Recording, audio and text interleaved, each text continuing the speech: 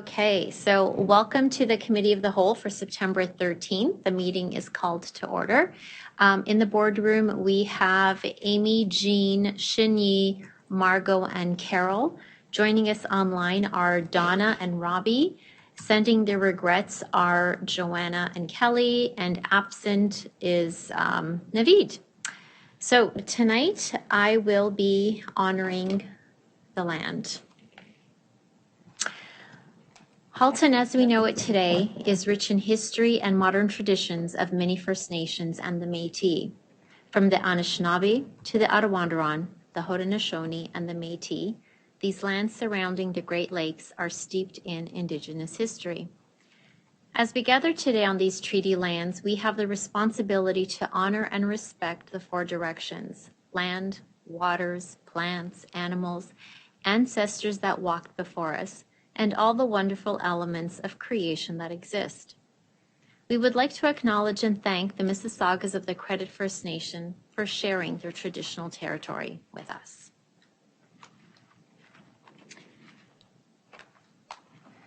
All right. Jean, would you like to move a motion to approve the agenda? Yes, I would. Thank you. All right. Is there any discussion? Okay, seeing none, the agenda is approved by unanimous consent. Are there any declarations of possible conflict of interest? All right, seeing none, we will move on to the approval of the minutes. This evening, we have for approval item 2.1, minutes of the Committee of the Whole, June 14, 2023. Shinyi, would you like to move a motion to approve the minutes? Yes, I would. Okay. Is there any discussion? Okay, seeing no discussion, the minutes have been approved by unanimous consent. That brings us up to the discussion items, and we have several items this evening. So first up is the order paper. Director Ennis, I will look to you to lead and direct as required. Go ahead. Thank you so much, Vice Chair Rocha. Certainly, we have the first order paper be resolved, M220102. I'm going to ask General Manager Thibault to speak to that one.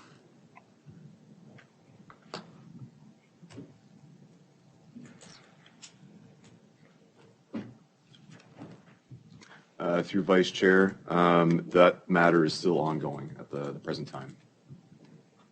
And because it's related to land matters and negotiations, I can't really get into much more details than that. Okay, thank you. Sorry, Director Ennis, any of the ones that are from private session, we won't go over. We'll just skip them for the sake of them being matters of private session. Right. Okay.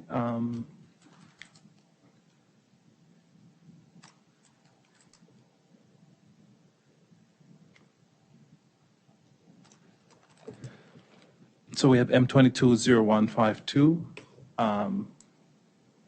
Chair Shuttleworth, collaboration among elected officials. Yes, so the chair of the region got in touch with me, was that last week? And I forwarded an email on to both yourself and Jean to look at having staff present to the region.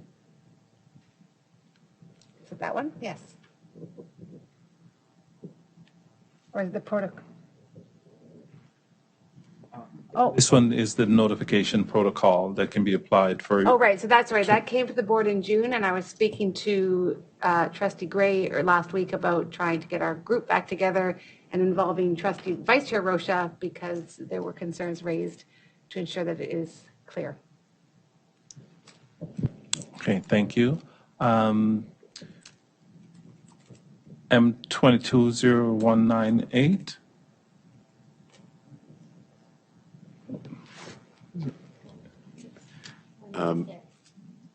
I can speak to that. I apologize, my camera's not working. Oh, go ahead, Ian. Most of you may be aware that we just recently conducted some of the activities replacing the roof over JWS in a number of sections, and we're switching gears and moving internal and we'll be tendering some work to, I'll say, upgrade and renew our staff kitchen facilities in the near future.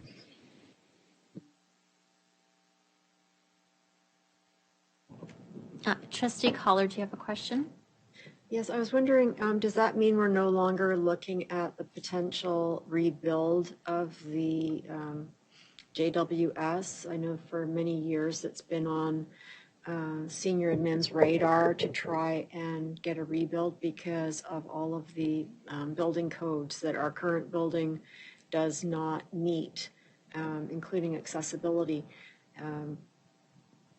Does the money we're spending now mean that we're not going to pursue that? If I could answer, that does not mean we're not pursuing that. The work that we're undertaking will help us explore potential options for the future for a potential rebuild, exploring hot desking and alternate styles of accommodation for staff. Thank you. I think we skipped 186. Go ahead, General Manager Tebow. Through Vice Chair Rocha, right now we started our first boundary review steering committee meeting for the Oakville 3 and 5 boundary review process. That'll be happening over the fall. We're going to be reconvening probably near the end of the month as we're just reconciling our enrollment numbers for this year. And we're hoping to have that process completed in time for registrations when it comes into the new calendar year. So we're hoping to kickstart that one off rather soon, whereas the other two, we have completed those boundary review processes last year, and they have since been implemented. 0199.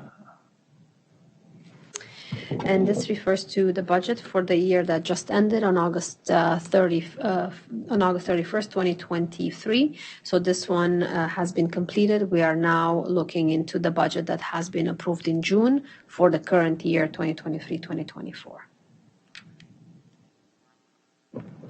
M23-0039. The Board of Trustees. The ad hoc.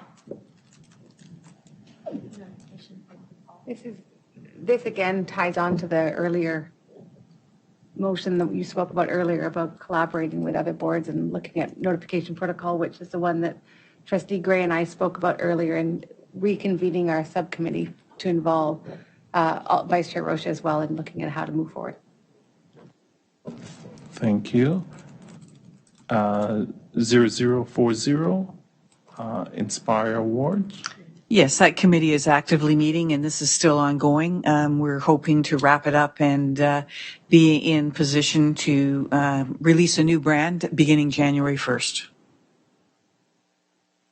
Thank you. 0041, DPR process. I believe this one can be removed because we now have engaged and have a contract with someone to facilitate the 360 process. So, Amy, does this need to be officially rescinded? Or Not rescinded, removed. just We removed? went through an RFP process. Okay, thank you. Yeah. Thank you. 0067, PD opportunities.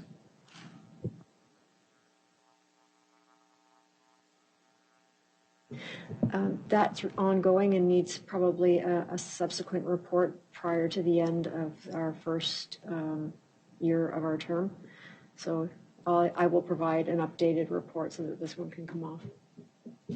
Thank you. 0082, this work is ongoing. There is a committee that's struck. Trustee Oliver and myself are co-chairs working together, and a number of events are planned and ongoing.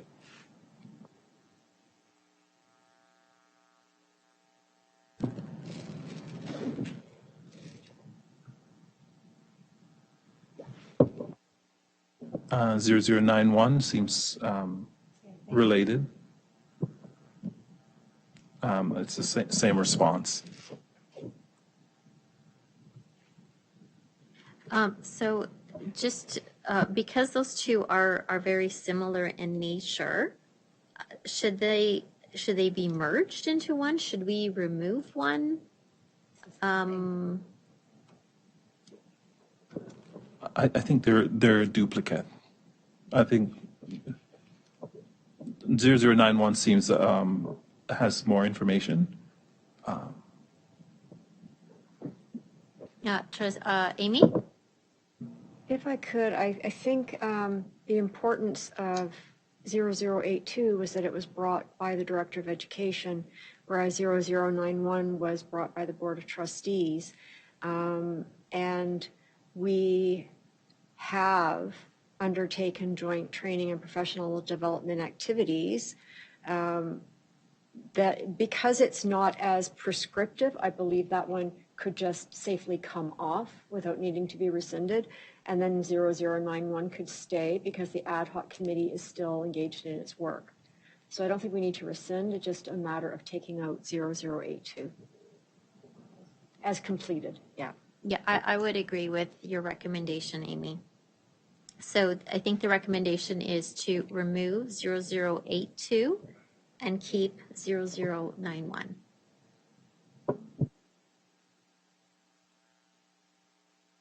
0101, trustee expense. This is complete.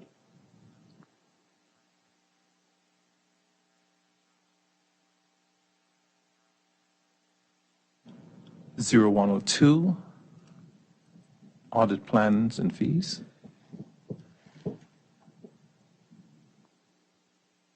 We approved the audit plan and the fees.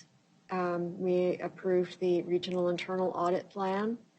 I don't think we need to have that stay on because they've been approved unless we're waiting for them to be executed.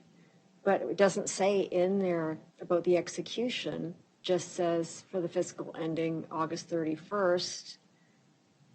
So there's no parameter in there that has us waiting for the execution.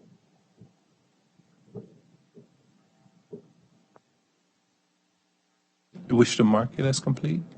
I think it's complete, yeah. We did that. We just haven't executed fully yet. So there's a difference. Okay. It's a little nuanced. Okay. Roxana? Just something to consider, the first part of the motion having dollar values that have to be executed to be completed for the audit. The audit will be completed mid-November, so I would probably leave that on. The second part, I would agree, it's approving that the audits be namely those ones. So I think that one is completed and executed, but the first part, I would suggest we keep it on until mid-November. Pardon me? Make sure we're within budget. Yes, thank you. So are we saying the first part of the motion we're keeping on the order report and the second part we're just going to cross it out? All right. Okay, thank you. 0111, approval of the SEAC governance procedure and the fraud prevention management policy.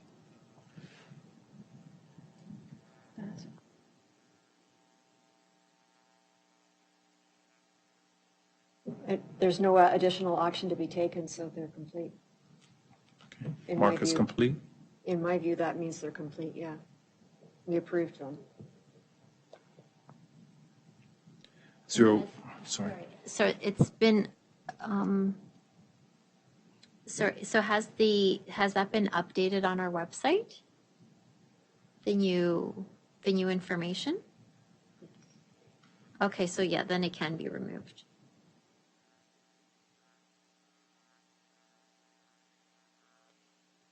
Thank you. 0113, fix the finances. Yeah, Kelly is the chair of that committee. She's not here, so okay. Okay, so I'll put a note to ask her for an update at the next committee of the whole. Moving down to 0121. PSAB operating budget. So that will stay on until the end of the year, so about this time next year. So that's the budget that we're executing throughout 23-24 school year.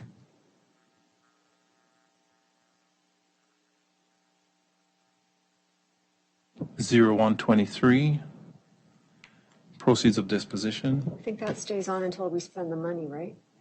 Yeah.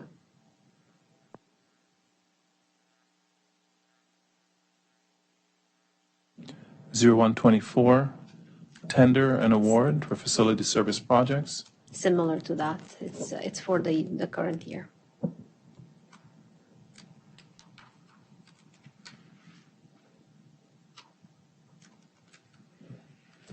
And then there's 0130, And that's been addressed through two other motions prior.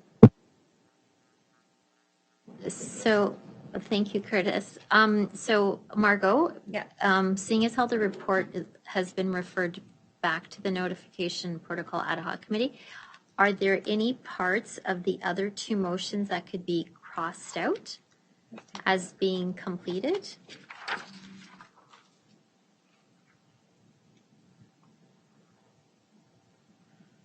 So 0152, that's talking about developing the committee. So we have developed a committee, so that can come off.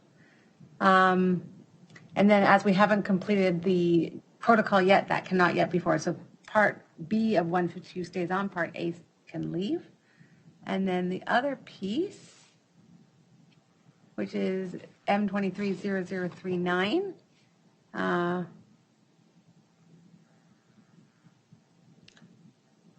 it's pretty similar to the first one, 0152. Is that the report that's been referred back to the committee? Part A of 39? Ad hoc committee. So we've developed the committee, so that piece can come off. Consistently to advance an opportunity of shared interest with a report back to the board by April of 2023, but it's been sent back. And I think the terms of reference have been approved. Okay, so, Jean, I think this one can be removed from the report as well. 0039? 0039, because the first part has been replaced with a further motion for it to be referred back to the committee.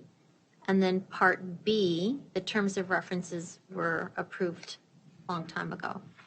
Yeah, okay, so we'll remove that one completely. We have some questions. Go ahead, Jean. Yes, thank you very much. We have skipped all of the motions regarding issues that occurred in private. When, and I know that we do not wish to speak in public about private, but when will we review those private motions to see if any of those can come off? Like, I guess at our next private session?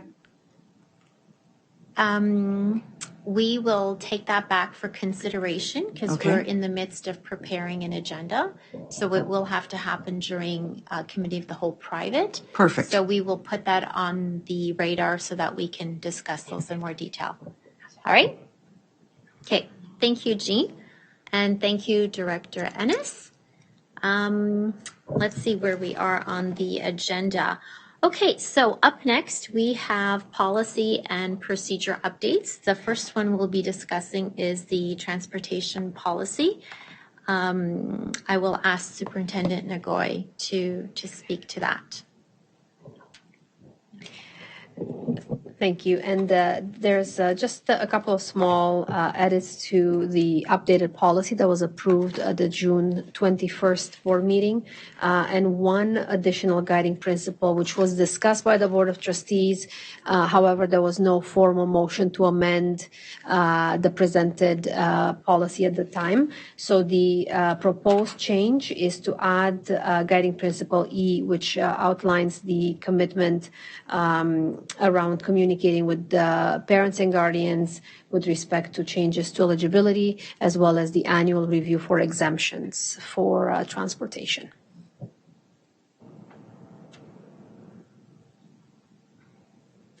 Shinyi. Thank you. I believe the new content is very important, and because I got a lot of questions about the transportation, and the parents need more support, and the students need more support, and so based on the feedback I received, I think this is my suggestion. We can add one more thing, because this is a consideration about new students. The students, they are new, for example, grade 1 or from JK, or other students just recently moved to Halton region. Or we also have some like refugee students, and they don't have very limited English skills, and so they need more information. I have some discussion with the parents, and some parents, they are very confident they don't know how to use the school bus system. So I give them the information, because I know there's an orientation program. So I'm thinking we can add the orientation program information when a new student enroll at the home school or at the welcome center. Also, we can, because some municipality, they don't have for Burlington, of course, we have the city bus. So if some parents, they also need the city bus plan. So if we can also provide the city bus stops for the information put in the enrollment package, that will be very helpful for new students. Thank you. Well, go ahead, Roxana. Thank you for the feedback, and especially at the beginning of the school year, we always get questions in terms of transportation for those parents that change schools or enter the system. We do have procedures in place that are, and we refer to them on our website, and they are directed to the Halton Student Transportation Services, which is haltonbus.ca website, where they have more details, and they're put into contact with a transportation officer for that area. The Welcome Center for newcomers, for example, they are also very well aware of this process and provide them information about busing. They put them in touch with the principal of the school for their boundary, and they discuss eligibility. And from there, they're being put in contact with HSTS. So the process is in place. Certainly happy to reach out with a communication to our HSTS team, as well as the Welcome Center, just to make sure that they have those ready for parents as they enter our system. Thank you. All right, thank you. Carol, you're next. Thank you. Through you, Tanya. I'm just wondering if there's a place in this policy to include an expectation from the board that any service providers are adhering to some communication standards or tracking standards that parents could rely on to be assured that someone knows where each bus is in real time. And so if there are, especially for students who are taking the bus long distances or long periods of time, because we are in a big board, that any late buses are easy for parents to get information on in terms of where they are. I know it's like, I'm thinking in 2023 with technology, this should be a fairly standard requirement of all service providers. Thank you. And again, that is information within the procedure, so they are contained in the procedures. It will depend a little bit from bus operators to bus operators in terms of how old their fleet is and the capability. So our transportation consortium is working with them. All buses are equipped with GPS. We know where they are. There's extensive training for drivers, so they know they have to phone in. Sometimes there are situations, of course, where we can improve. And when we find out that there's been a delay in communication, we have a process in place where the manager of the transportation consortium reaches out to the manager of the bus company that is, in question, and they work out what happened, where the process broke down. So the process is in place through procedures as opposed of the guiding principles. The guiding principles that would be on bus operators, which are third-party providers. And we have that in contractual obligations as well. So in terms of including that as a policy, just given that this document is providing parents with the overall intention of the board and the requirements of the board, I wonder if that might be something that I know the additional E point where the board is committed to communicating with parents, but also perhaps ensuring that parents do have the ability to have that communication with the service provider, perhaps through the board or how that works. I'm just thinking of it as an overarching principle, not trying to get into actual provision or operationalization in a policy. I do understand the difference between those, but just as a, sort of our policies and our outlook on that as a board in terms of how seriously the board takes student safety and parent comfort. So perhaps something in terms of communicating with parents, the school, etc., in a timely manner, any expected or unforeseen delays or incidents along the route. Okay. We can put a generic one I was thinking a little bit more specific in terms of tracking the bus, which could be a bit tricky. Yeah, no, I don't think that. As I said, the operationalization and how that's done, I think very much is in not only the procedure, but also, as you've mentioned, there's different providers and the way they do that would be different. So I think, as I said, just a general principle to assure parents that that is on the board's radar and that's something that we have as an expectation. Thank you. All right, Jean? Yeah, just really quickly, this sentence that's been added has really served a great purpose in the sense that from this day forward and going, we will have our parents that are having their children who are on a bus that is a policy exemption bus.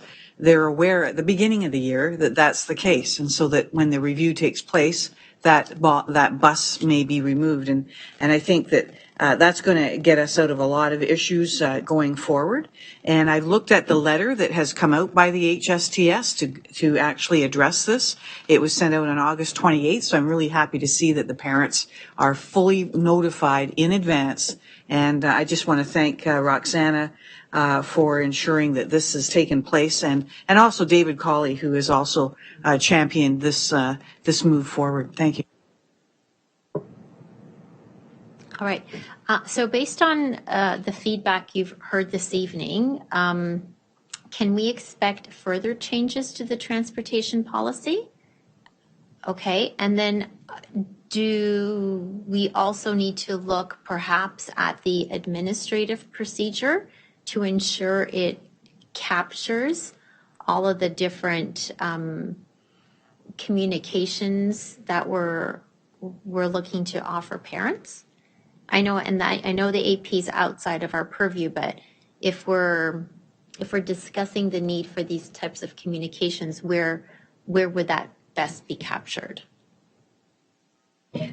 So the suggestion I've heard is to add one more guiding principle. So for the board meeting, when this comes back for review and approval, we would add one more guiding principle to outline the expectation for prompt communication with staff and parents of any delays. The protocols are already, and they're listed in related admin procedures. So we don't actually have an HDSB procedure because the procedures on this are with the consortium and they are coordinated with the coterminous board. So they cover the region of Halton and all the schools.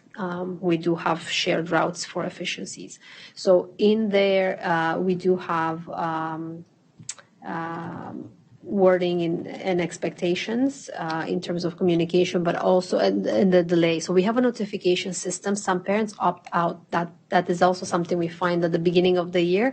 We walk parents through to make sure that they haven't opted out of the notification, because we do send them out. So if the bus is within 15 minutes late, that's an acceptable range. But if it's above 15 minutes, then we would be communicating updates. So that is occurring. As I mentioned on exception, we do find that may be missed. And that's where we deal directly with the bus operator. So it already resides with HSTS. All right, and I have one last question, and it's more of the way we do business at the board. would it be preferable to you and your team that we approve this at next week's meeting instead of deferring it, well, instead of it having it to appear again in October? If possible, however, we can work with both. All right, thank you.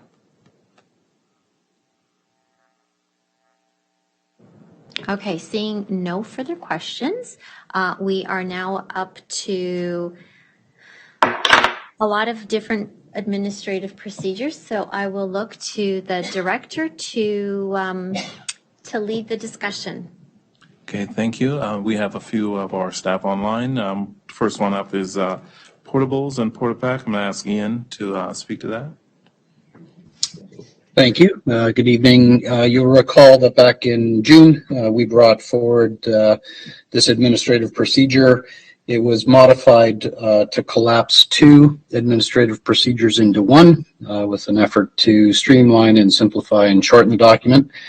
Certainly that evening, we did hear from delegation that had some concerns, and we also heard from trustees that perhaps some guidelines would be beneficial. So the administrative procedure essentially remains unchanged, but we certainly have attached some guidelines for consideration around the placement and the usage itself. That we hope that this addresses the concerns that were brought forward to trustees. I'm happy to take any questions. Margot? Thank you, Tanya. So, Ian, the one thing I just wanted to kind of, it's silly to make it clear here because it's committee of the whole and not as many people watch, but with this, the administrative procedure, the delegations were more really regarding how they chose the different ages of children to go into the different portables. This doesn't address those concerns, and I just want to clarify that those sort of concerns are centered at a school level. Really, the principal has the purview as to what to do as far as populating the portables. Yes, absolutely, Margot. The intent here was to provide some, common sense and considerations for those that were receiving portables and how best to organize their schools if all things being equal. But we recognize that each school site is unique, has unique staffing and student considerations, and therefore we leave it to the leadership at that school to determine what's best for their community. Great, thank you. Shinyi. Thank you, Chair. When I read the AP, I found that the security is mentioned. That's very important. And I spoke to several, discussed the portable with some parents because they want to discuss with the redirection or the boundary with me. So we know that some schools is very full. And so we discussed the portable and the portable safety and security. And some parents, they when students are leaving the portable classroom and enter the building, school buildings. So this area, sometimes there's no,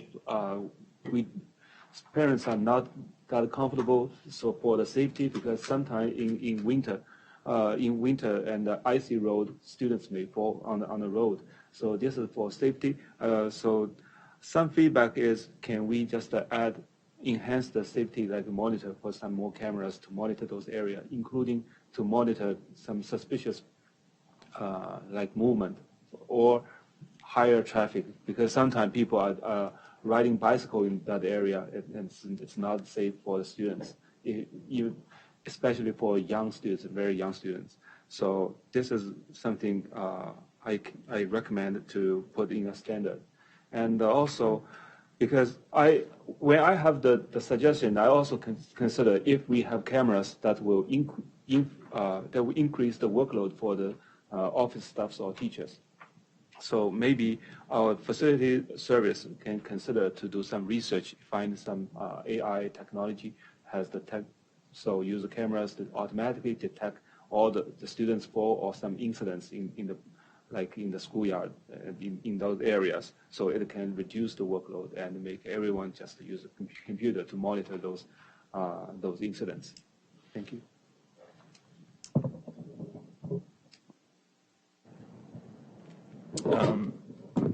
Certainly, thank you for that, Trustee Zhang. Looking at security and safety is something that we take very seriously, and we can certainly explore that with our facilities team.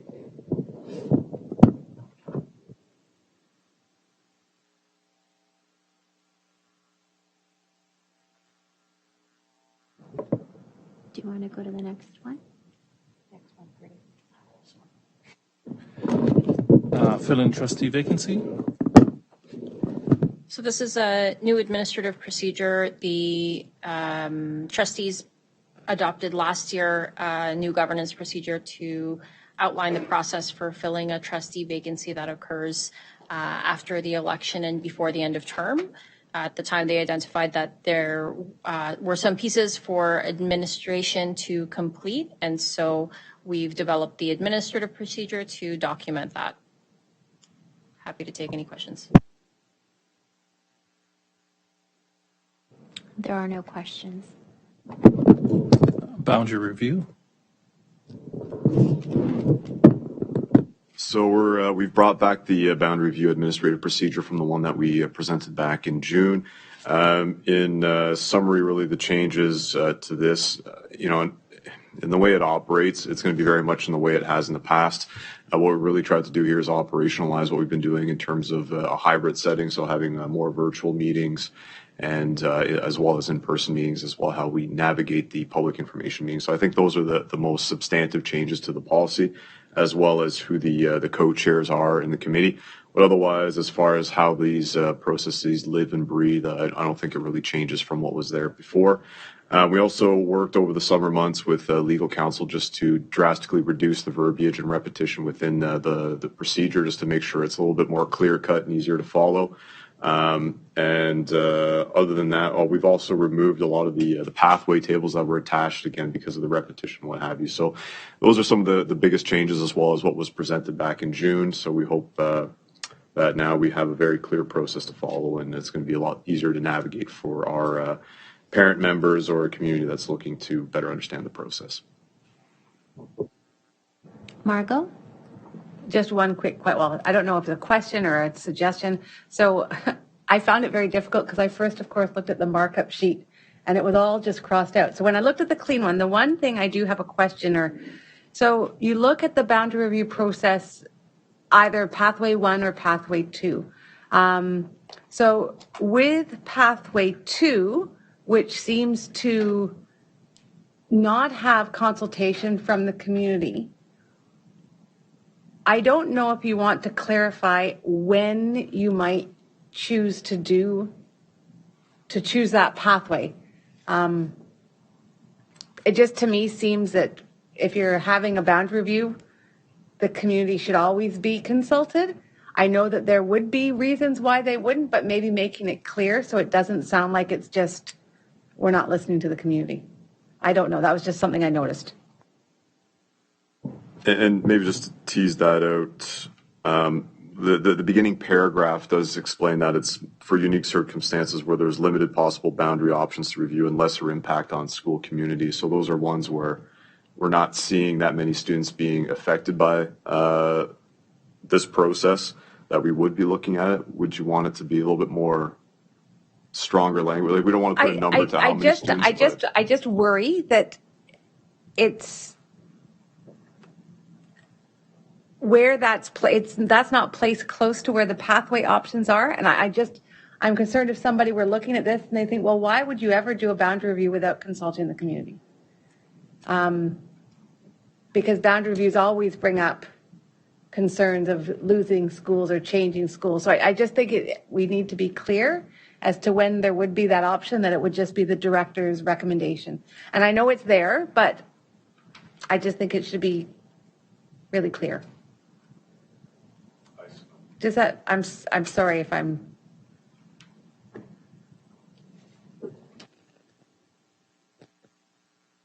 I believe I understand. So to summarize, instead of starting with the committees as the first two definitions, move pathway 1 and 2 prior. So I'll see if that works If with you the can. flow. Yeah. Yeah, I just want to have a read at it, but I think I know what you're saying. Yeah, thank you. Carol? Just to follow up on that, I was sort of having the same thought and wondering if it's just a language thing, because I think the process is fine, right? Maybe instead of saying without community consultation and sort of triggering that, that negative feeling, maybe just reword it to reflect what actually happens. There's certainly a lot of time allotted in Pathway 2 for the community to provide input, right, through delegation or even directly through their trustee. So it's not as if the community is blocked out of the process. It's just not a formal committee formation and the larger process that we go through. So it might just be, like I said, a wording thing. And if you just bear with me, if we were just remove without community consultation and just hard stop after Board of Trustees, do you think that keeps it clear where it's just director, final approval, see more information later down the road? Yeah, to Carol's point, just that whole idea of saying without community consultation sometimes might not sit as nicely. Thank you, Carol. You can even say something instead of, remove the without, but also say maybe just with community input via, what are the options? Delegation or communication, which is something like that, and just make it look like they're both. Neither process is a negative, I don't think, right? Thank you. Naming and renaming. Good evening. Thank you, Director Ennis. As you know, our naming and renaming AP is up for review on its scheduled cycle. Some changes, proposed changes before you are housekeeping in nature, such as formatting and updating communication manager Francie's job title, for example, for accuracy. We've also incorporated student voice into the process by including a student trustee and representative from the Student Senate into the composition of the naming committee. Furthermore, the composition for the naming committee and the process to review submissions also incorporates student and trustee feedback that we received last year around equity considerations. I'd like to take questions if there are any. Yeah, we've got a few. Amy first, Shinyi, and then Jean. Hi, thanks so much for the work that you've done on this. It looks great. I'm really pleased to see that we're now incorporating student voice. I just noted that on the second page, there seems to have been a missing space which has put a separate idea in the same line as a previous idea. It's near the top of the page. You'll see ABC, and then you'll see ABCD.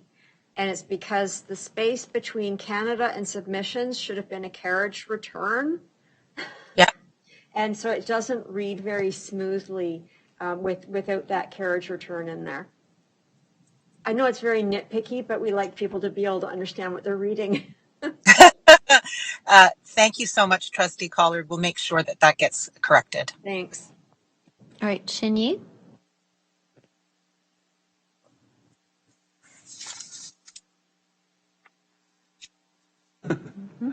Okay, thank you. So when I read this AP, I noticed that the AP was created in 2012. Then the first review happened in 2016, that's 4 years. And then the second revision was in 2019. Then revision in 2021, 2022, and this year, 2020. Yeah. So why, I'm just wondering, because I was not in the previous review and the revision, so I'm just wondering why there's so frequent in this 3 consecutive year and so many review of this AP. And the other question is on the second page, section 3 and C, it says consideration will not be given to corporate names and product names. So this one, I'm just thinking the example of a Bell and Tesla. So they are both name, famous people name and the product name. So in Halton region, we have some schools names. For example, C.H. Norton, so it has a full name, or has a Dr. Charles Best, so it has a doctor designate. It can identify people. Also, we have school only have a first name or last name, like Alexander. So in this case, so in the future, can we just put a standard if we have a new school? I'm not saying to change the existing school names, but for the new schools, if we have a person's name, can we just use a full name so people can easy to identify the school? All right. So, Amy, do you want to tackle on both questions? Okay, go ahead. So I'll start with the last one first. The criteria for the school names comes under the governance procedure, not the administrative procedure. So if we wanted to make change to the criteria, that wouldn't happen here. That would happen under the governance procedure. Okay. And secondly, why we've had so many iterations of this particular document is because in our last term, we, I think, spent the entire 4 years changing, reviewing the policy and governance procedure. So every time that we did that, staff had to then look at the admin procedure so that we were in alignment. And I really, really, really hope we don't look at that again for another couple of years, because it was actually quite painful at some points. So I think we've landed in a good place, and hopefully there won't be a lot of changes coming. Well, thank you, Amy, for the information. All right. Trustee Jean. Yes, thank you. On the second page, where Trustee Collard looked at that section where there should have been a return, and it starts, submissions must also. I look at number A, and it says, be distinct from any other school names in Halton. I'm wondering if it should go beyond Halton, i.e., do we really want a Peel school to be named or a greater Upper Grand board name, or on the other side of us, a Hamilton board? Do we really want to have a similar name so close geographically? So Amy, Jean, that goes back to what Amy said. That actually comes from our policy, the policy that the trustees drafted. So if that's something that you want to raise, we would have to look at our policy, not the AP, because the AP is a reflection of what we have in our policy. Okay. So that would be a separate discussion. Okay. Sure. And then my second question, under number 4, second page. And again, I could be offside on this one, but I thought we talked about that the school naming committee may not have a short list of names to present if there was no name that was considered worthy of a Halton school. And I'm not sure that I'm seeing that they have that right or that opportunity to do that in this part here, under number 4. It says not more than 5. It doesn't say you can't have 0. Of not more than 5, meaning you could have 0. Okay, I take that. Thank you.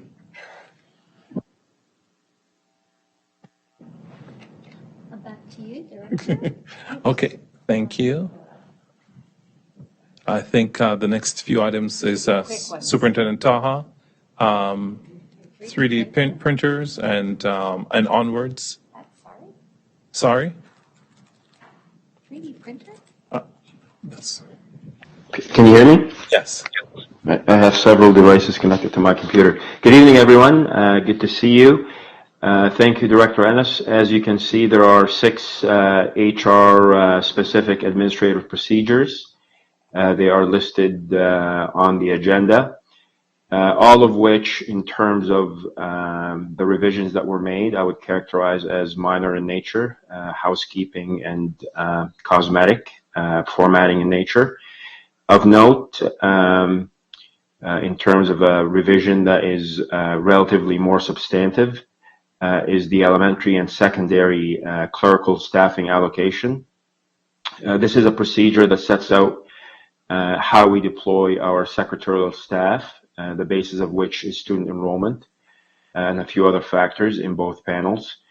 The key change in this AP is that we've, after a working group had reviewed the current allocations and the cut points, and after feedback from secondary and elementary administrators, as well as the Federation, we've shifted some of the allocations that exist in secondary schools to where they're most needed, and that is in the elementary panel.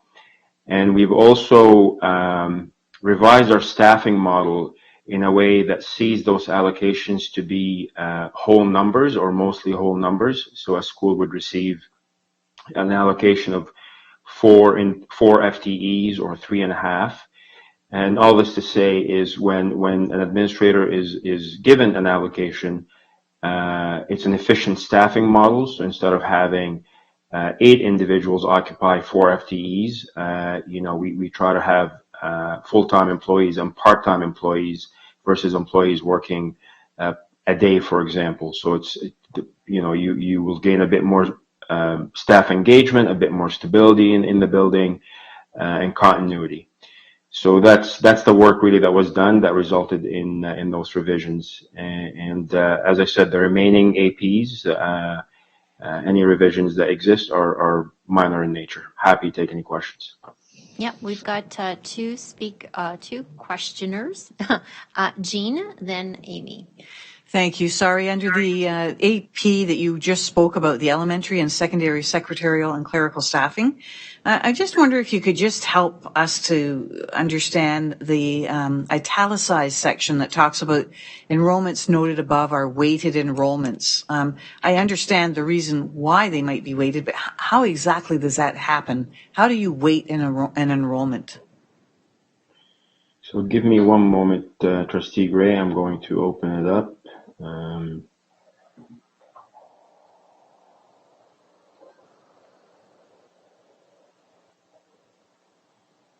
Can you let me know which page you're referring to, and is it the marked up section or the? I'm on the clean one, and it's on the first page, right under the first little table, if you would, where it is italicized. Right. Oh, I see the section you're referring to. So obviously, the allocation for schools is derived in the elementary panel strictly from headcount. So we do not attach any weight to the profile of the student body. In other words, we don't necessarily deploy additional allocations. Of course, we do if administrator or the superintendent require additional support, but we do not deploy additional allocation on the basis that your student population is predominantly French immersion population, or if your school has more FDK students than, say, another school. We used to have a model where we actually try to attach a weight with respect to the student profile on the basis that perhaps a particular demographic in a school, age group, or a particular student need may result in additional workload or volume based on the needs of the students. We've made do of that model in the elementary panel. That model still remains in the secondary panel, as you can see. So, for example, schools that may have food programs or community pathway programs, or a school that may have predominantly students who are in the gifted program or even French immersion program, we attach weights to those based on the feedback of secretarial staff and administrators. The weights are, I would say, pseudoscientific. So, for example, we may say that a student who has a particular profile may produce an allocation of 1.25 secretaries. So it's in that sense they're weighted. It's really to contextualize, the student body in that school, and to say that certain student demographic based on their age or their programming may require additional support. So it's not raw headcount as in elementary schools, but it considers other factors, hence the weighting. Amy. Thank you. I was just wondering, with respect to the same AP we were just discussing, was there any discussion about these changes with the federations, and were they in favor of these changes? And how do the staff themselves feel about these changes? Thank you, Trustee Collard. Yes, the entire exercise and the review of the former model and the revisions to the new model did include the input and the consultation in a very meaningful way with our federation as well as our administrators. And also, we've had the previous model that we've had in place. We sought the feedback of staff using town hall meetings. Or that kind of a format to really understand what does it mean to have an allocation of 4 FTEs, yet, for example, 8 bodies are coming through the building day in and day out. And what does that do that you have one individual coming to your school once a day in terms of productivity and so on and so forth. So yeah, the input of staff was critical in really revising that model. And it is still work in progress, I would say, but it was as collaborative as one can possibly imagine. Thanks for that. I appreciate it. All right, there are no further speakers. Back to you, Director. Okay. So thank you so much, Superintendent Taha. Were there any others that you missed, or you covered them all in your? No, Okay. I feel I've captured all of them unless there are any other questions. Wonderful. Thank you. Election audit, Superintendent Nagoy. So this is an update based on the review and contract that we've done for the last process of the election. So with every election, there is an independent election audit committee, which should be comprised of members that have sufficient financial knowledge and information about the election process to be able to be independent reviewers should there be any complaints brought forward in terms of the finances for candidates. And the process has been in the past that we would partner with our coterminous board and the external audit members that have all these qualifications would be approached whether or not they would want to be part of this committee. So that's what we've done in the past few election cycles. So based on the contracts put in place for this committee coming into being, we've updated this procedure, and it's also currently with legal for final review. So it's here in marked copy as well as clean copy for your review as well. Thank you.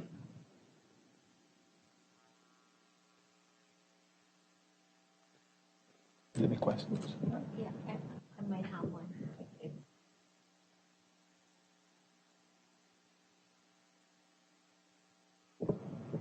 Okay, sorry, can I just ask for, I want to clarify, on the very last page, when it speaks to expulsion of a member, is that member of a committee, or is that the expulsion of a trustee?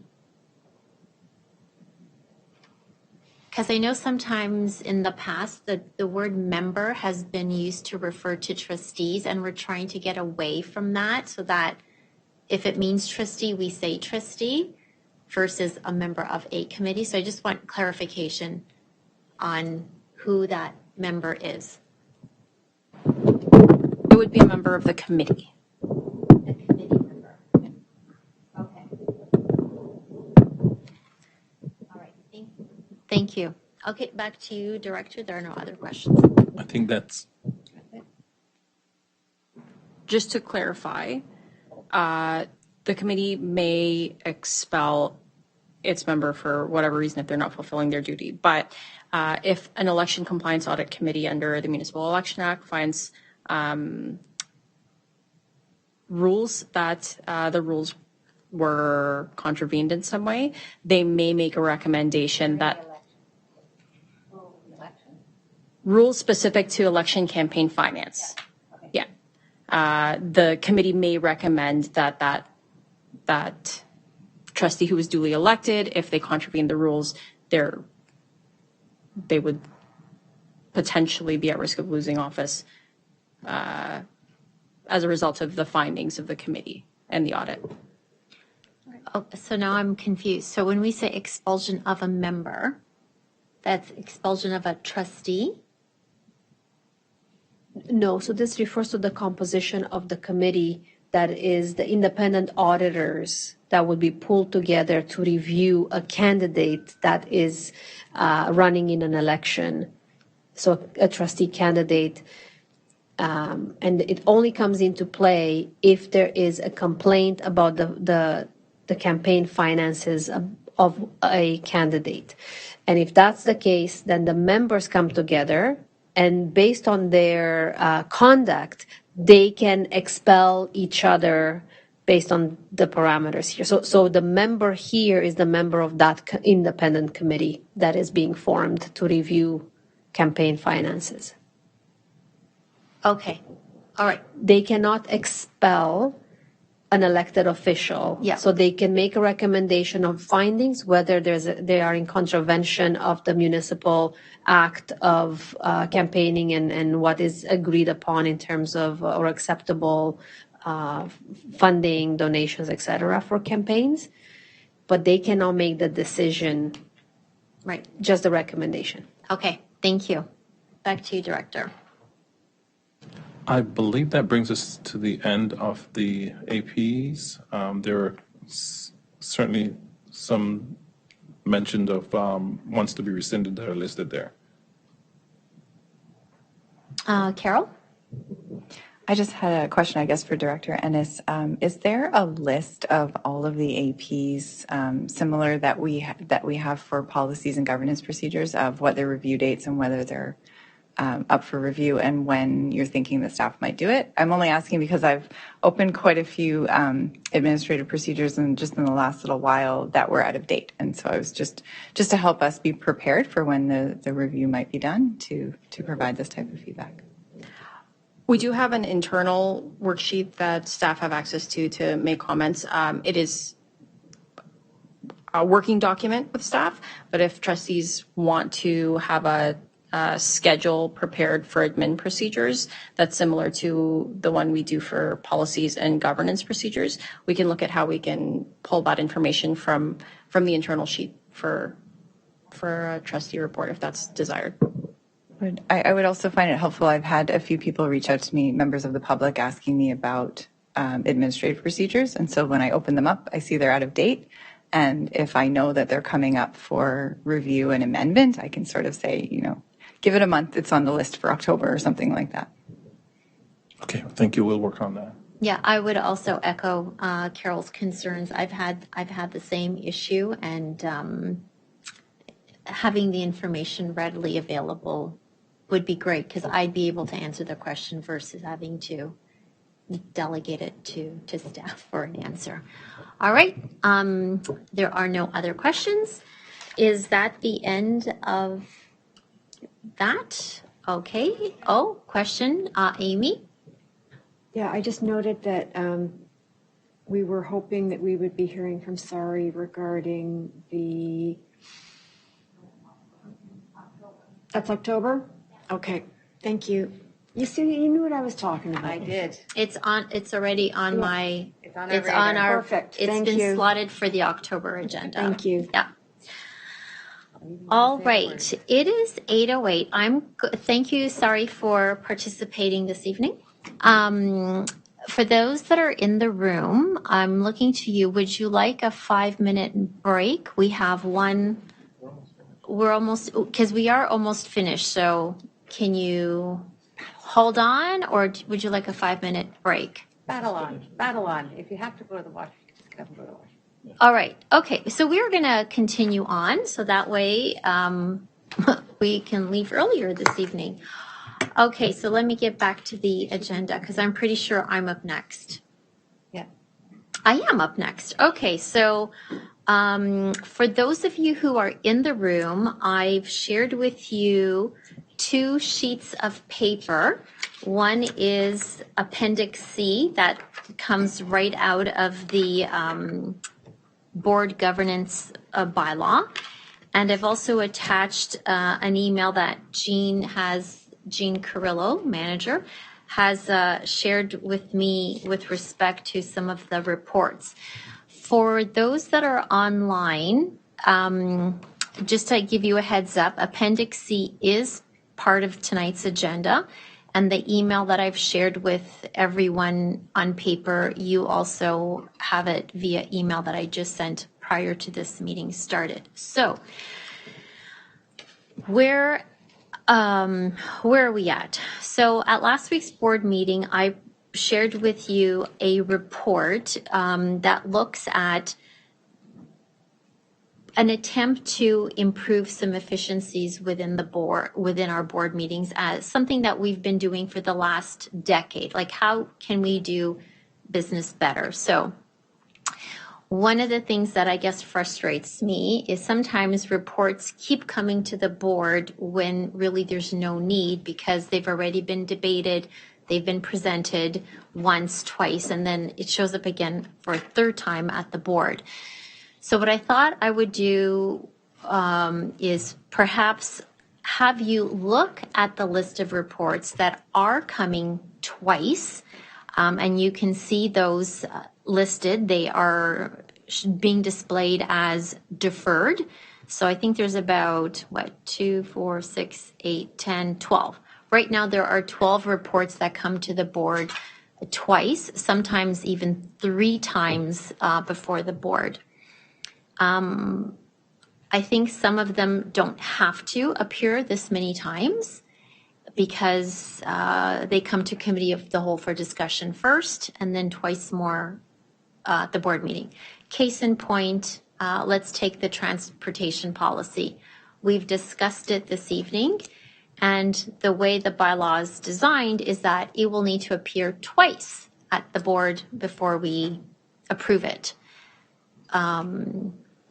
I think that could be cut back. Those are my thoughts. Now, some of the reports listed here, there are legislative requirements that they do require 2 appearances. So, for example, EDC bylaw changes and spec ed, and we can discuss those as well. So the reason why I gave you the paper copies to work with is perhaps you would like to share your thoughts on which ones are, let's say, no-brainers. This does not have to come to the board twice if it's already appeared at committee of the whole. And so I want to lay forth the space that you can go through it, we can have a discussion, and perhaps we can make some decisions to move in a way forward that would be efficient for everyone. So I'll look to the speakers list if anyone wants to pick a report and speak to it, either to keep it twice or perhaps to just keep it at committee of the whole first, then board. So, all right. As a point of order, I don't seem to have that list. The list is in the committee of the whole agenda. Okay, I will try to find that again. So if you go to 3.3 in the agenda, it's the 3rd page. Okay, thank you. My apologies. All right. So Amy, go ahead. Yeah, I'm looking at the ones that are currently being deferred to meetings, and I believe because of public interest in these topics, that it would be really prudent for us to consider keeping them deferred. And those would be boundary reviews, the budget, the multi-year plan, the school year calendar, and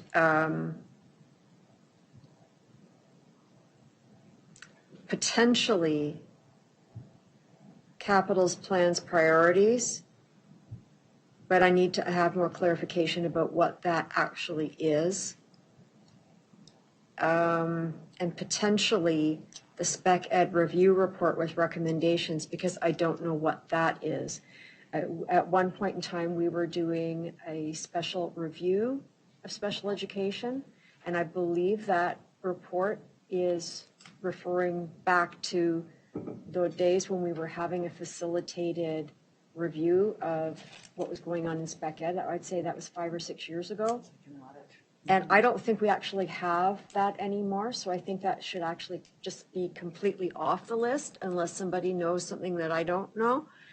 And with the capital plan's priorities, I'm not sure if there's anything in there that really trustees would be able to change in the report, because that's coming from our planning department telling us what is needed. They're the experts on that. And I don't think we've ever made a change to that report in history. And I don't think that the public has shown interest in that report. The other one that I have a question about is the LTAP boundary reviews. We have the LTAP, and we also have boundary reviews coming from the LTAP. And I don't see them separated out here. When it comes to the LTAP itself, I think it's important to come twice. When it comes to their report about boundary reviews and which boundary reviews need to be done, I don't think that needs to come twice, because the people will have an opportunity during the boundary reviews themselves to publicly voice their concerns. It's just, if it's just the report talking about which boundary reviews are required, then I don't think we need to defer that one. But I also think we need two lines there, one for the LTAP, which should come twice, and one for the LTAP boundary reviews, which is another whole thing. And I certainly hope I haven't confused everybody. Sorry, I'm a little confused. So on this, and so it just speaks to how this appendix can be improved, because we don't even understand it. So it has boundary reviews, which is item number 4, boundary reviews. And then further down, there's LTAP boundary reviews. So are you saying there should be a third one? Yeah, the LTAP, Fred, brings two, yeah, I got it right. Yeah. Okay. So, yeah, he brings forward a recommendation that we will do boundary reviews. And then each boundary review comes out with reports. So it's almost making it a 4-report process instead of a 3-report process, versus the LTAP itself, which should come twice. So I think we add in a line for LTAP, make it come twice, and make the LTAP boundary reviews come once. And then the boundary reviews themselves come twice. Okay, so I know, it's a very, very complicated. Yeah, so you're suggesting keep boundary reviews at 2. Yes. Keep the LTAP boundary reviews at 2, and at 1. At 1. At 1. And add an additional line. Yeah. That says LTAP. For 1 or 2 weeks. 2. But just a quick question. Don't the boundary reviews from LTAP come under the LTAP report? Like when you give the LTAP report, would that not be a subsection of that report? They're in the LTAP report, but then he brings a subsequent report saying we recommend these boundary reviews. Maybe Fred can clarify. So maybe I'll turn it, because Amy's explanation is correct. Let's turn it on its head and start with, in terms of order of operation, how we would go through the process. So you would have first the LTAP would come forward to the board. I'll maybe table it for now as I go through the explanation. So right now we come twice for approval, but we do hit up the committee of the whole to discuss the proceedings of the LTAP. Once that's approved on the final report for the LTAP, we do preface what boundary reviews we anticipate coming up. What happens after that is then we return to the board in a subsequent meeting for the LTAP boundary reviews, which I'd even recommend we change the name of that and just call boundary review or proposed boundary reviews or something like that. And then that one, currently we come twice. So usually we do the first one at the tail end of when the LTAP gets approved, and then we come back to get final approval to commence the boundary review. So that one's currently coming twice. So I think that one could just come once. We've qualified them in the LTAP approval. So we'll just come back to formalize those resolutions. And then, yes, to Amy's point too, the boundary review process requires us to come twice. So that allows the public to delegate. So we'll present the first recommendation from the director on the first meeting. That gives enough time for the community to take that information and then potentially delegate at the next meeting where we would go for approval. So that one would require 2. Okay, and is that a legislative requirement for it to come twice? The boundary review? Yes. I don't know the answer to that question, but what I'd say it would be in alignment with our AP to make sure that we are adhering to the ability to delegate, and the first report we're presenting to board gives our recommendation, so then the public knows exactly what the board is considering and gives time to respond to that first recommendation. So I wouldn't change that, regardless of legislation, down to any less than 2. Okay, and so that's the line item called boundary reviews. That's correct, yes. So keep that at 2. Yes. All right, And I also have an addition that I'd like to make, and that is for school naming, which is not on there. And I think school naming needs to be twice, because we typically get a lot of delegations for school naming. Here, my attempt was to make this shorter. It's getting longer. No worries. Thank you. This is all about getting everyone's feedback, so thank you. Fred? And I just want to go back to capital plans and priorities. I think those are 2 different reports that may be combined into 2 because they were both for deferred. Capital priorities, we do come twice, and I don't think that's the legislative requirement. I think we just come twice because it's what we've historically done. So if that, we can drop it down to 1, especially with the tighter timelines we're getting from the ministry as of late. That would be good to just get it over with. Capital plans is one that, in speaking with Superintendent Nagoya, I think we may have to take that back. I think it's the same thing as budget, where those are the facilities capital plans, where they're approving the budget for the next year's renewal works. So that may be under the same category as budget, but I'm not sure. I just want to flag that. So I think those are 2 different items as well.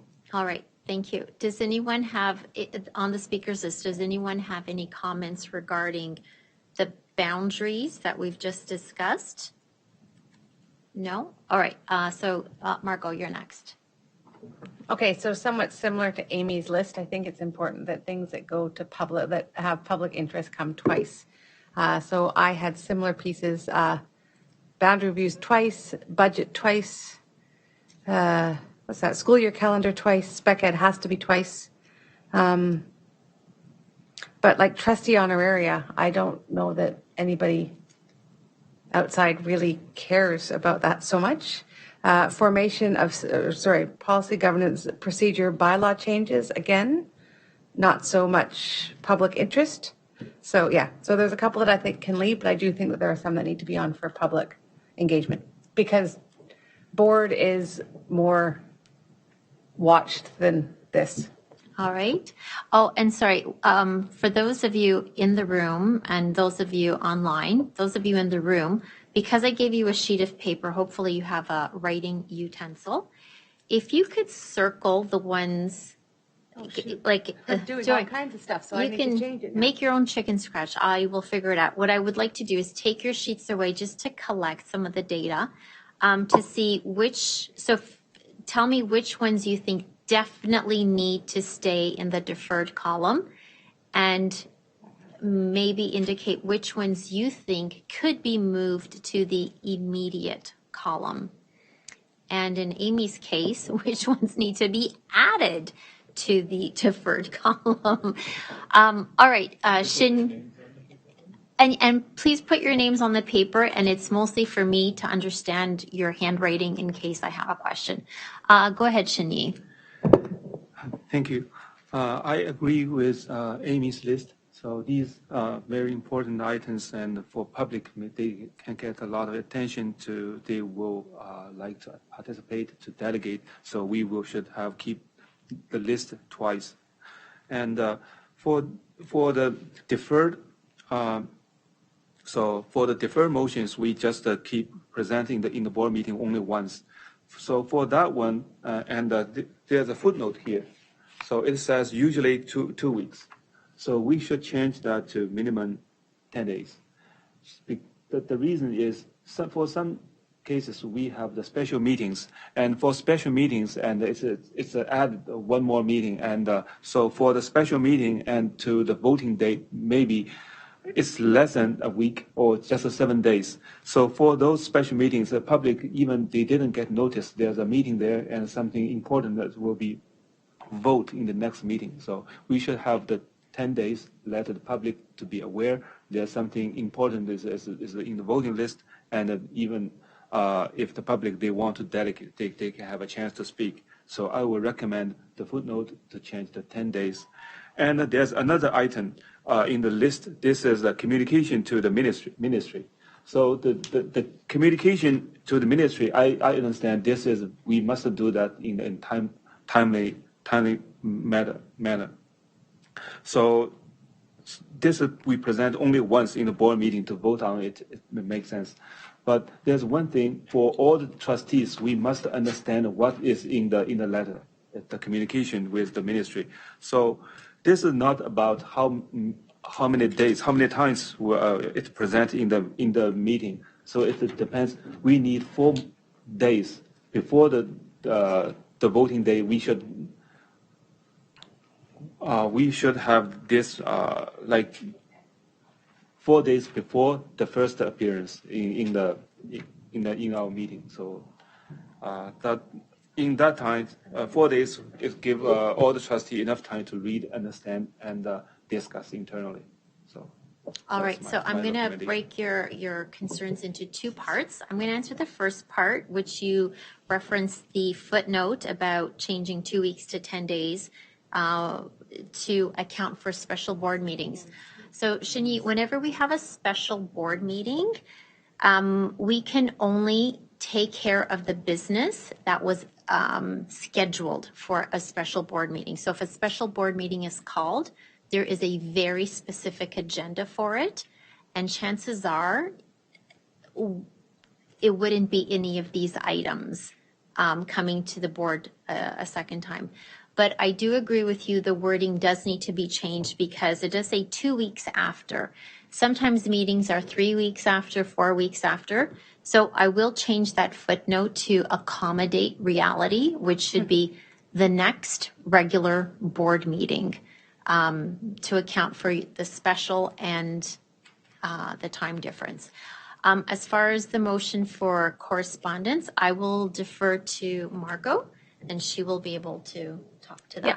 So thanks. So Shinyi, with communication, so when there's a motion put on the table for the chair writing a letter to the ministry, our standard practices is to share that letter with all trustees so everybody can give input to ensure that what is written is what was asked for. So there's usually just a motion to say we want to write the minister about fair funding. And then I start a letter. I usually open it up to all trustees so they can have input to make sure it says what it's supposed to say. It usually takes a week to complete, sometimes a little bit longer depending on schedules. And then the completed letter comes back to the board. Oh, okay, I see. Thank you for You're the clarification. And there's one thing I forgot to mention. So this is in our, because when we vote, this is about vote. So at the same time, I think our governance policy should allow all the trustees to abstain from vote. Okay, so with respect to allowing trustees vote, so this meeting today, it's strictly talking about Appendix C. What you're suggesting is a change to the bylaw, and that would be something different. So we can take that aside, park that for another discussion. So because it's not part of this Appendix C, okay, Shinyi? All right. Robbie, you're next. Thank you. I wanted to look at a couple of the comments that Jean provided in her note, and I heard Chair Shuttleworth say that we have special ed has to come twice, and what I'm reading in this note is no, it has to come to SEAC, and then it has to come to board, but it doesn't necessarily have to come to board twice, if I'm reading that correctly. Just clarifying that. The bigger question for me is, how does committee of the whole operate in serving this kind of public notice function? Is it sufficient?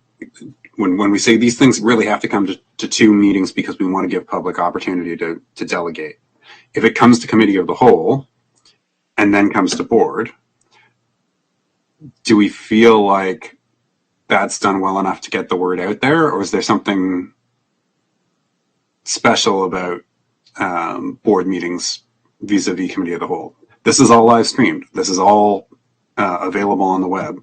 What's the difference between a board meeting and a committee of the whole? So very good questions, Robbie. So the public is definitely aware of committee of the whole meetings. They even have the opportunity to delegate at committee of the whole meetings. So as far as I'm concerned, we are presenting things twice to the public.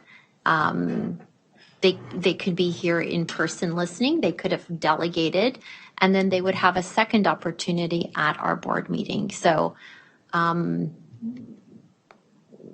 the only difference is tonight we can't make any decisions. We would have to, any decisions have to be made at board. So as far as the public's concerned, they can voice their opinion in both settings. So it begs the question, does it really need to appear at a board meeting twice? So, and I think that's the conversation, the discussion that I wanted to generate this evening is, if something is not legislated to appear twice at a board meeting, why can't it appear at committee of the whole first, where we could have a more fulsome discussion, where we're not bound by all of the rules in our bylaws, and then, have a fulsome discussion whereby we're prepared at the official board meeting to listen to the public if there is any public input and make a decision. So that's what I want to put out there this evening. Shake things up and question why it is we do what we do, and is there a way to do things better? Thank you. The other one that I'll note was the design approvals line and the recommendation from staff that come out, and I strongly support that we should be approving capital priorities and plans, but not down to the level of design approvals. All right, thank you for that. I'm in agreement with you too, Robbie.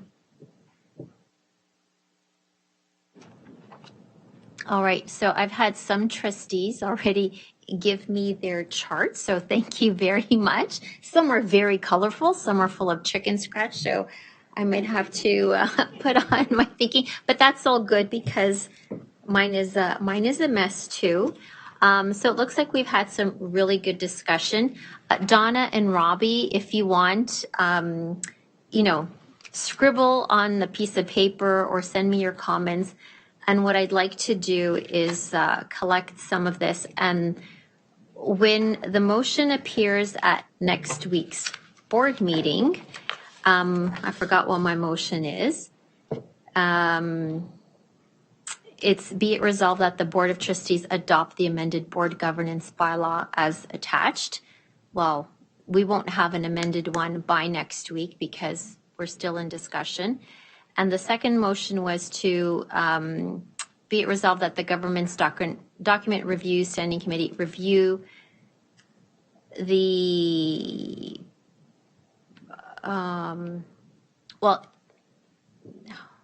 So the second motion is be it resolved that the governance document review standing committee review the committees and appointments governance procedure to add a list of items that should appear before committee of the whole prior to a board meeting so that discussion can occur in a more informal setting.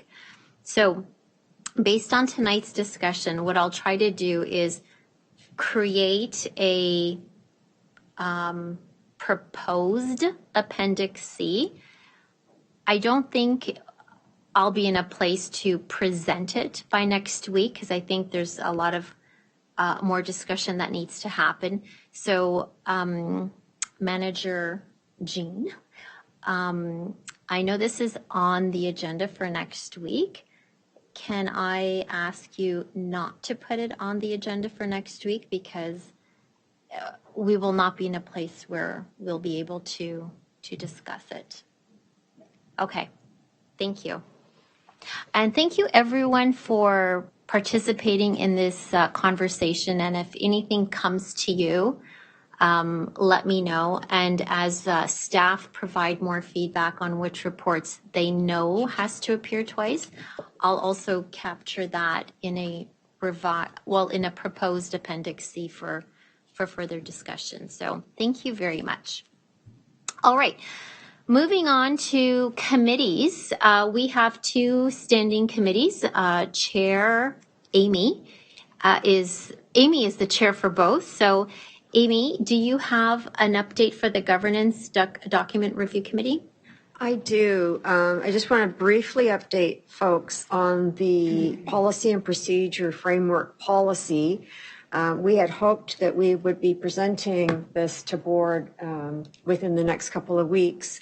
Unfortunately, we didn't get the legal review that we had requested until almost the end of August. And when we reviewed the review, we noted that it just pretty much repeats what's already in the Ed Act, which was where there was a lack of clarity to begin with.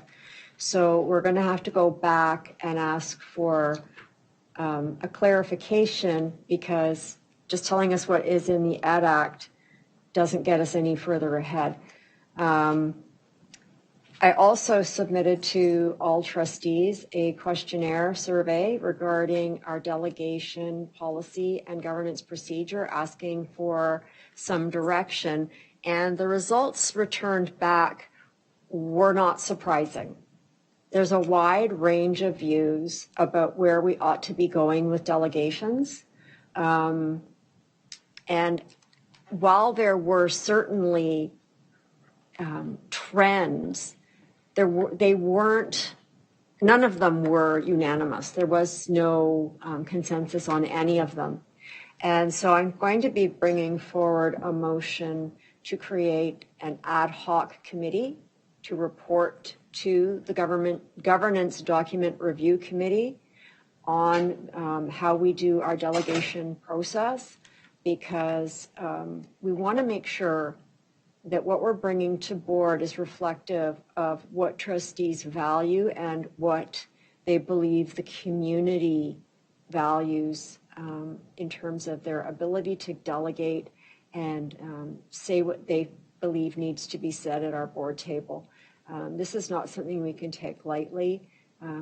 We don't have many areas in which the public wants to delegate, but we certainly do have some hot topics. And when they come up, if people feel that they're not being given the opportunity to voice their questions and concerns, then there's discontent.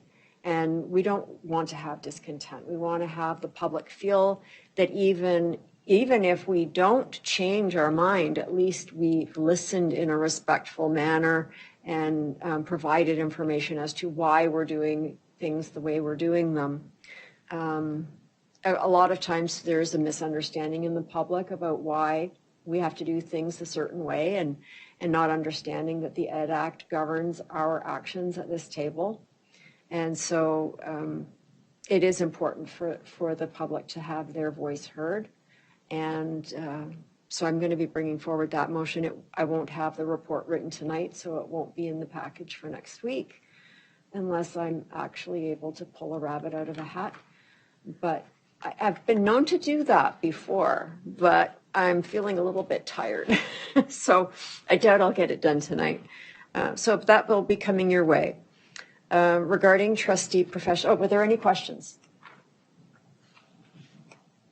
Regarding trustee professional development, a number of topics that we had determined through our committee to be required were actually duplicated when the ad hoc committee formed.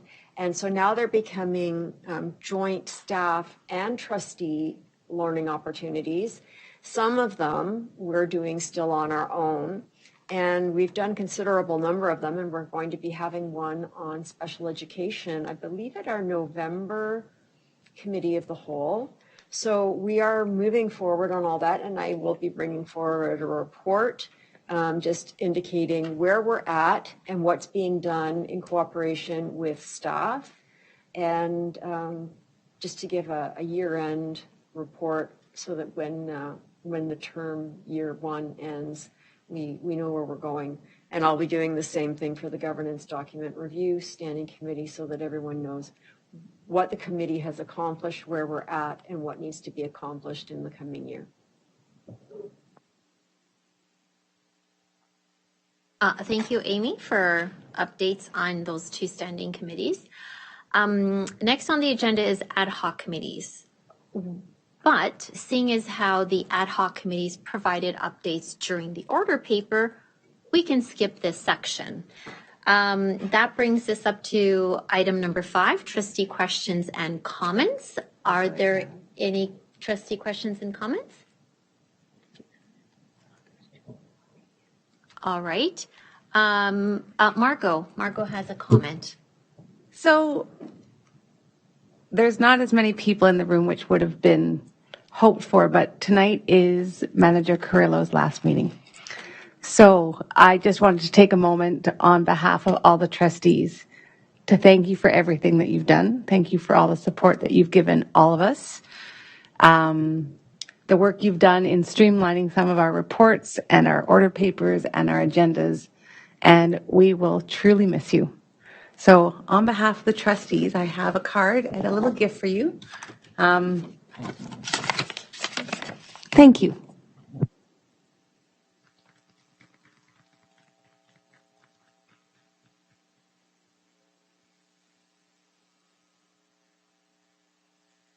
Hearts on the screen. We're getting hearts and hearts in here.